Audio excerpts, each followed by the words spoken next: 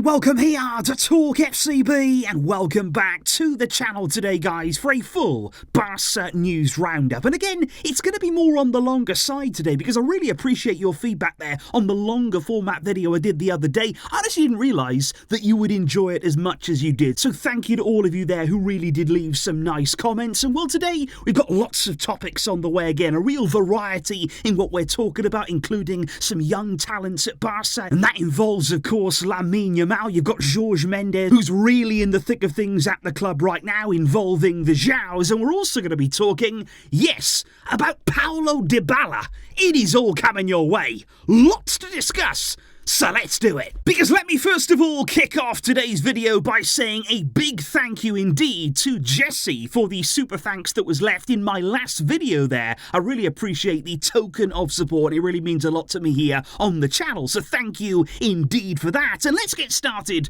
by talking about the Camp Nou. And I know it's been so long since we've even said those words. It's amazing again to be thinking about returning to our stadium, because right this week here, Barça have released some new images of what the renovated Camp Nou will look like, and I'm really excited there once it is fully completed, because by the end apparently now of November we'll be back in the stadium. We're trying to agree with La Liga to play lots of games away from home at the start of next season before we then return to our proper home, and when we do, we should be able to have a capacity there of around 60 to 65,000 fans inside the stadium. So not full yet, of course. It's going to take a bit of time to finish everything off, but we are going to build up slowly, and it would still be incredible though to have 65,000 fans behind us before apparently in the summer of 2026 that is going to be when the stadium is fully completed with it at full capacity, which may be over 100,000 Barca fans. And look guys, I am going to miss though the original Camp Nou. I think nobody can really deny that. Looking at these photos here of the new one, it is still going to be lacking in that bit of history, of course. We know that it needed renovating, we know that it had to happen now, but I think the uniqueness of the old stadium, you know, no other stadium in the world looked like that, no other stadium in the world felt like that. You could feel the history every single time that you saw it, every single time that you were anywhere near it, you really did feel that. But I think of course the main thing now has to be,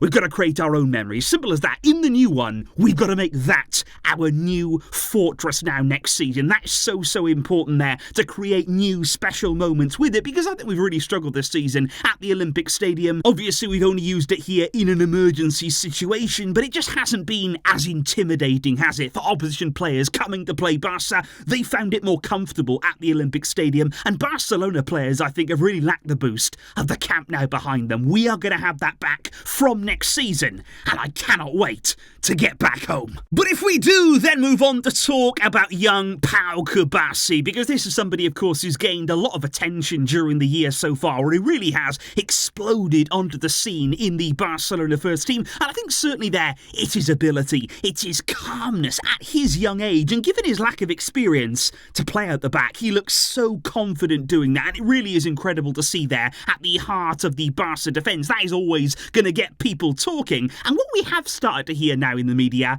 is just a bit of transfer speculation surrounding Cubarsi ahead of the summer transfer window, because he is right now on his original youth contract at the club, which only runs there until 2026, and also, by the way, has a really low release clause included in that deal, which is not ideal. That's not something that will help us sleep at night, because it has been reported quite a lot recently that a lot of high-profile clubs, they're watching Cubarsi. They are looking at his situation, wondering if they could take him away from Barca. We've heard there that PSG have scouted him. We've also heard a lot as well about Pep Guardiola and Man City. Apparently Pep there is a huge fan of what he's seeing from Cubarsi. He'd be really keen on him, and every scout apparently that comes to watch Cubarsi, they're blown away by his talent. He is one of the most highly rated young centre-backs in the world right now, and we have him right here at Barca. But guys, the comforting news right now is that Cubarsi has no intention of leaving, even despite that low release clause in his deal and the big interest that is in him right now. He wants to stay here. He's really happy with how the season has gone. The way that he's been able to have chances in the first team is amazing. amazing for him. And the big news today is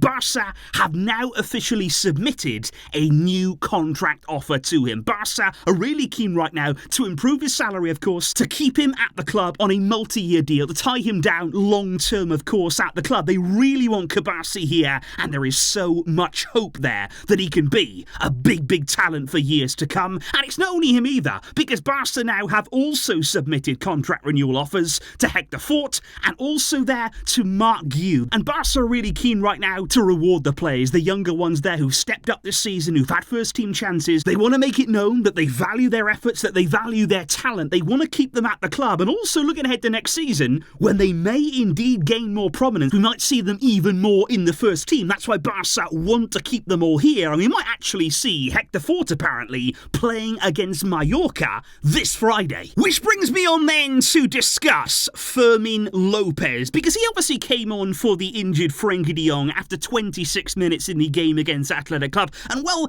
in the aftermath of the game, it's safe to say that Barcelona fans, they were not happy at all with the performance of Fermin Lopez. A lot of people really unhappy with him, which, look, that's okay. You know, understandable that players can get criticism. That's basically how it works in football. He did not play well at all. It was not a good performance, and even he would tell you that. You look at some of the photos of him actually after the game on the trip home to Barcelona there. I think he was as disappointed as anyone. Even more disappointed maybe than some of the injured players that we had in that game. Fermin looked really down.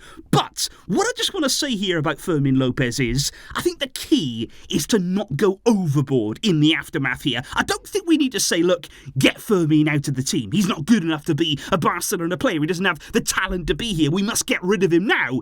He is 20 years old at the end of the day. He is here in his first season with the first team. He's still learning. And what we can't forget is, in our current financial position here at the club, we need players to help us from La Masia. We need players there to be able to make the step up and add something in the first team. Now, we don't need to say that every talent that comes up needs to be a key player, needs to be a star in this team, but we need lots of different options there that can just add something to the squad, who don't cost anything, didn't cost the club anything to have him, don't cost the club much on wages there, and are still able to contribute in certain games and certain moments. And Fermin this season has had games, has had moments where he has really helped us. So I think it's really important now that the club can depend on young players, that we can give them opportunities, that we can give them time. We have to be a bit patient at times, and I'm especially sure that in these coming weeks, we are going to see more of Fermin. We're going to have a lot more time to assess his quality, to assess what his standing should be in the squad, because our midfield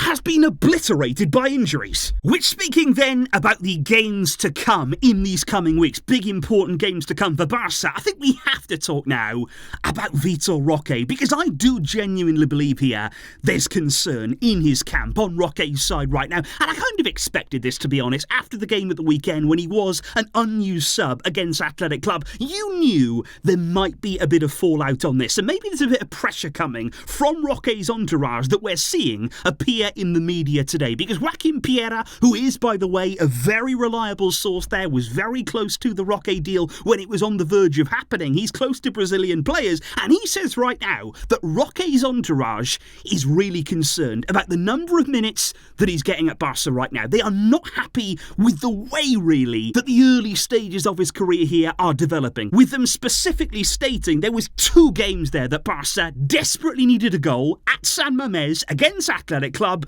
and on both of those occasions, once in the Copa in January and once, of course, at the weekend in the league, Xavi did not play him for a single minute. And that brings frustration, that brings question marks there about what is happening right now, because also, don't forget, Vitor Roque is also thinking about Copa America. That is happening this summer. He desperately wants to be involved there in the squad. He wants to show Brazil that he deserves to be there, but of course, to do that, he has to get some football. He has to be able to show his quality out there on the field, and that is what he's hoping can happen in the remaining games this season. And I do feel for him right now, because you think about what Roque sort of did to come here. He waited and waited and waited, didn't he, for Barca to give him that green light to be able to make the move, the dream, big money move, don't forget. We paid big money for Roque Roque. He's finally been able to come in here in January. He's desperate now to make an impact, and he had that really exciting period, didn't he? He had back-to-back goals, the confidence was coming, and then that red card against Alaves, which, let's not forget, that wasn't his fault. He was punished there wrongly by La Liga,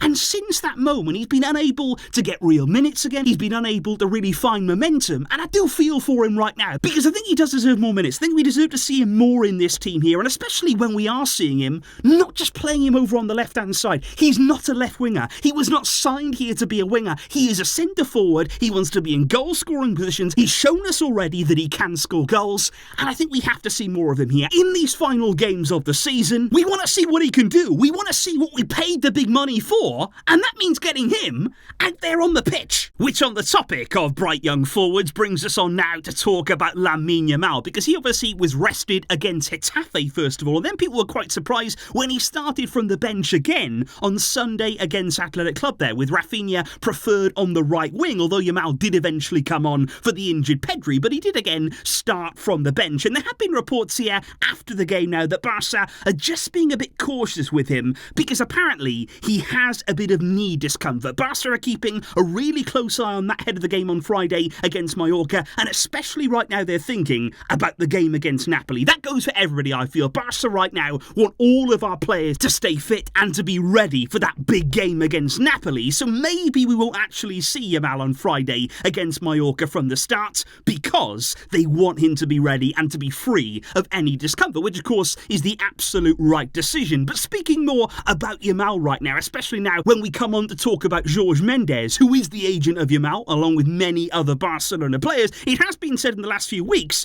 that Mendes has received some big proposals from Premier League clubs when it comes to Yamal. He's another player right now who there's a lot of interest in, real high interest, as you'd expect really. He's one of the best talents right now in world football, if not the best, by the way, but it is being reported right now, just like with Cubarsi, Yamal wants to stay. And this is the important thing. When young players come through the ranks at Barcelona, when they come and make it in the first team and they're shining, they want to be here. They want to succeed here. And Yamal, again, delighted with how the season has gone, delighted with the opportunities he's getting, and that is fantastic, because this is a player that I want to see at Barca for many years to come. I want to see him lighting up the new Camp Nou, and I cannot wait for that to happen. But let's talk indeed about Jorge Mendes. Let's talk about the influence he has at the club, because maybe the Lamine Yamal reports were something that were discussed on Tuesday evening at the club, because Mendes flew in there for a meeting with Joan Laporta. That was the big news on Tuesday evening. Mendes in Barcelona, flying in. What on earth was he talking about with the club? And he was actually asked when he came out of that meeting there by journalists, what were you saying? What were you discussing? He said, I was simply having dinner with friends. What we talk about inside, it stays inside. Not that that was going to stop the speculation, by the way, George, because apparently the main purpose of that meeting was, as expected really, the future of the Joaos. With the summer approaching, and of course with their loans expiring at the club, I think both Mendes here and Barca, they want to be crystal clear on what their plan is and how they are going to proceed with the two Joaos. Because I think right now when it comes to Joao Cancelo, the situation seems actually very clear with him. Barca want to sign him. They want to keep him at the club. They want to bring him in permanently, and they are willing to pay a fee to make that happen. The key now is going to be negotiating with Man City. I think they're going to try and drive the price down as much as they possibly can, hopefully with Mendes' help, and maybe they're looking to pay around 20 to 30 million euros, providing that Barca are able to spend that kind of money this summer. Would you be happy to spend that on Cancelo? Let me know. But when it comes to Joao Felix, I think things are a lot more complicated with him, because I do actually believe here that Barca want to keep him. They would like to have Joao Felix in the squad for next season. They'd like to keep him there beyond his loan. But the feeling from inside of the club is, well, we can't pay for him though. There's no way at all that we can pay anything that Atletico Madrid demand for him in terms of a permanent fee, whether that's 70 million, whether that's 80 million, 90, 100, doesn't matter what it is, we're not paying that. We are not going to be in a position to, and we also maybe wouldn't want to wish to. So it's not going to be easy there to agree to keep Joao Felix, and it's going to depend really on whether Barca can negotiate a second loan. Whether they can actually get Atletico Madrid to agree to loan Joao Felix out again, that would be unbelievable there, to do that again, because obviously it would depend there, number one, on Atleti, what their plan for Joao Felix is going forward. It would also depend on what offers they get for him, whether he would accept other offers from other clubs, because if they don't, if they don't get offers, if he doesn't accept them, then suddenly again Barca becomes one of the only options for him. And apparently today, according to Sport, negotiations for a second loan with Atleti there, they're actually progressing well. According there to Sport, they say that Mendes is really happy with how things are going, and maybe that was one of the things that was discussed in yesterday's meeting, because I don't really think here at Barca, for most of us fans, that we would be happy at all if we paid a fee for Felix. I don't think any of us would be happy here to go and pay 70, 80 million on him. He's got talent, he's got potential, but I don't think we've seen enough of that consistently to justify a huge transfer fee. But I think we'd all take him on another loan. I think we'd all have him amongst the squad again for next season if we were able to get another loan from Atletico Madrid. But like I say, that's going to be the big topic. That's going to be the big negotiation heading into the summer. But speaking indeed about the summer transfer window, why don't we talk now about Paulo Dybala? Because that is a name right there that we've heard for so many years in connection with Barca in some way. Whether he was at Palermo, when he was at as well, Juventus of course, and now indeed when he's at Roma. This is a player that always seems to be linked to Barca in some capacity. And once again today, here we are again. And I think it is worthy today of having a discussion about, because this morning it's been reported in the Catalan media, and several sources, by the way, not only one, but several reports say that Dybala has been offered to Barca this summer. Ahead of the summer transfer window, Dybala is being offered to Barca. They could sign him because he has right now a 12 million euro release clause this summer, which is a low clause. You'd have to say, for a player like him, of his quality, 12 million, it's nothing. And apparently his wages there would fit within Barca's wage structure, and Dybala's preference would be a move to Spain. It's something that he's always wanted to do. He would love to move to Barca, and that for me is an interesting report. That is going to get people talking and debating, should we actually go for him? Should Barca try to sign Paulo Dybala this summer? Because to me, look, he is a phenomenal player. He's a player that I actually really enjoy watching. I think he's having another excellent season, probably even better than his first there at Roma, and he is a player who makes things happen. In the final third there, he can contribute in so many different ways. He's a really exciting attacking player and somebody that you'd want to see in a Barca shirt. He is somebody there who I think if he came here, he could succeed. He'd suit our style of play. It's a transfer that actually I've always wanted to see, even going back several years now. That was when we really wanted Dybala, when he was at his peak. But even now, he is still a big, big talent. But let me just say, I do have a big problem with him. I have two, actually. One of them, it has to be the injuries. The injury record with Dybala, it genuinely scares me. When you look at what he's actually had already in his time at Roma, he's only been there 2 seasons. He's already had 9 different injury problems. Because with Dybala, it's not necessarily big injuries, really serious problems, but it's lots of little ones, lots of really frustrating knocks there that can keep him out for 1, 2, 3, 4 games. And that hurts you. That hurts momentum at any club. And if there's one thing that we don't need at Barca now, it's more injuries. We already have a bad enough time there with players who actually become injury prone at Barca, let alone signing a player who's already injury prone. That would be a real concern. It scares me. And the second concern that I'd have with him is, where exactly would he play? Because I think you could look at him in the same way that maybe people do with Joao Felix, whereby you think, okay, Barca need a left winger, we need somebody on the left, we need players there in that front line. Surely Dybala could play there.